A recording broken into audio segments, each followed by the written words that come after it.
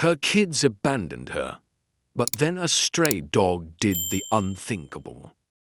At the far end of Oak Ridge Lane, nestled beneath the crooked branches of aging oaks, sat a small, weathered house with peeling paint and a sagging front porch. It was a house full of memories, some joyful, some too painful to revisit. Inside lived Mrs. Eleanor Lanham, once the proud matriarch of a bustling home, now a forgotten soul wrapped in silence. In her younger years, Eleanor's life had been full. She and her husband, Richard, had raised 3 children, Margaret, Daniel, and Emil, under that very roof. Richard had been her partner in all things, tending the garden, dancing in the kitchen, whispering dreams into the night. But time, as it does, had its say. Richard's battle with cancer was long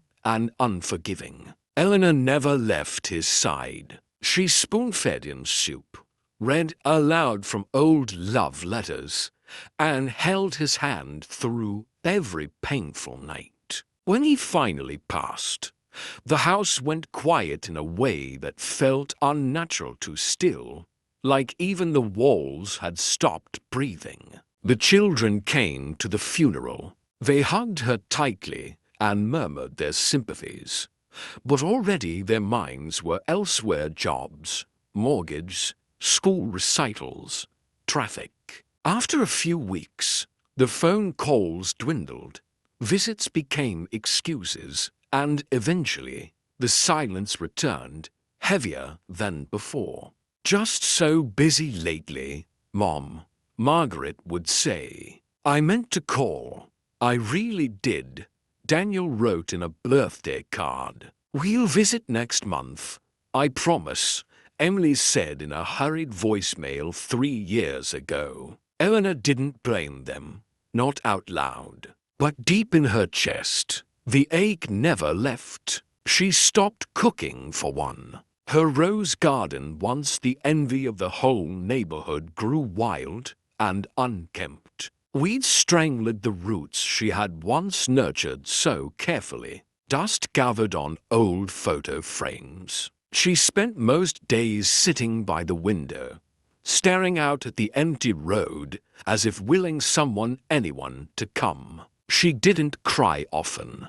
She was too tired. Sadness settled into her bones, like the cold, quiet, persistent, and unwelcome. It was the kind of mourning that slipped under your skin, cold and gray, with a wind that whispered loneliness through the cracks of the windows. Eleanor hadn't eaten breakfast. She hadn't done much of anything. A soft, unexpected sound broke the silence. A whimper. She froze. There it was again. A thin, pitiful whimper, followed by the gentle scrape of claws on the wooden porch. Curious and a little cautious, she pulled her sweater tighter and opened the front door. What she found was a bundle of matted fur, shivering against the cold boards. The dog, small, dirty, ribs showing, looked up at her with wide,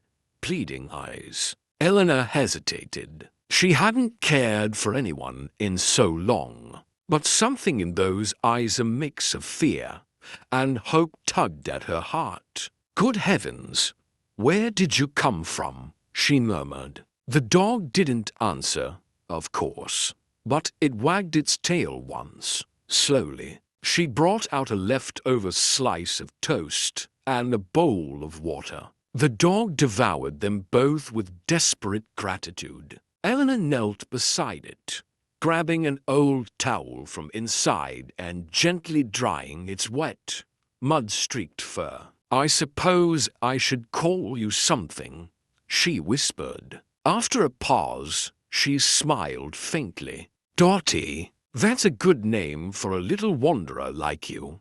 From that moment, Dottie stayed. She followed Eleanor from room to room, her soft paws making barely a sound. She slept beside her bed at night, her steady breathing a comfort Eleanor hadn't realized she'd missed. When Eleanor spoke, Dottie listened, ears perked, eyes soft. "I used to make jam with Richard. You know," Eleanor would say, stirring soup for two. Blackberry was his favorite, always stained his fingers purple. Dottie would blink, as if she understood. In the evenings, Eleanor began sitting on the porch again, a blanket on her knees. Dottie curled at her feet. Birds sang, wind rustled the trees, and for the first time in years, she didn't feel quite so alone. Bit by bit, life returned. She began brushing her hair again. She bought dog treats at the market, smiling shyly at the cashier. She pruned the roses, humming softly to herself. Dottie became her companion, her audience, her quiet little friend who asked for nothing but gave everything. It was early spring when Emily pulled up the gravel driveway. She sat in her car for several minutes, hands trembling on the steering wheel. The guilt had been gnawing at her for months now, ever since she found an old photo of her parents tucked into a cookbook. She'd realized then how much time had passed, and how little she'd done to bridge the gap. She knocked, heart heavy with shame. The door opened, and there stood Eleanor, older, yes, but glowing with a kind of quiet contentment. Dottie stood protectively beside her. "Emily," Eleanor said, her voice gentle. "Mom," Emily whispered, eyes already filling with tears. They embraced, and Emily wept into her mother's shoulder. "I'm so sorry. I should have come sooner. I should have." "Hush now," Eleanor said, stroking her daughter's hair. "You're here. That's what matters."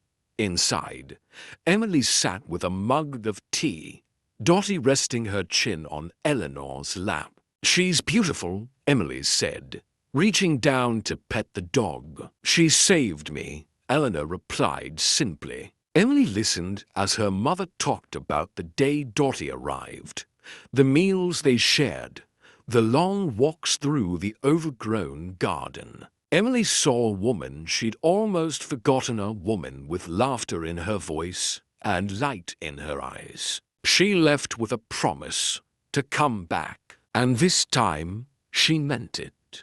Word spread through the siblings like a spark. Margaret arrived next, guilt clinging to her expensive scarf.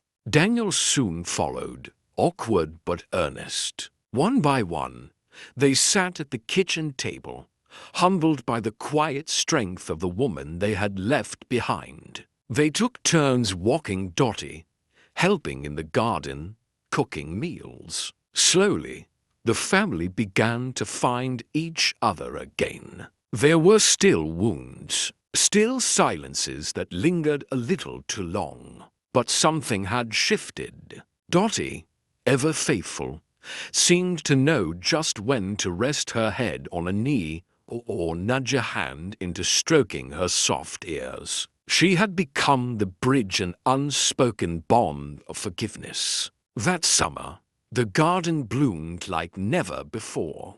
Roses crimson, blush pink, golden yellow climbed the trellis and spilled into the yard. The lawn was trimmed, the porch was painted, and laughter once again echoed down Oakridge Lane. Eleanor sat in her favorite wicker chair beneath the magnolia tree. Dottie lay curled beside her, head resting gently on her lap.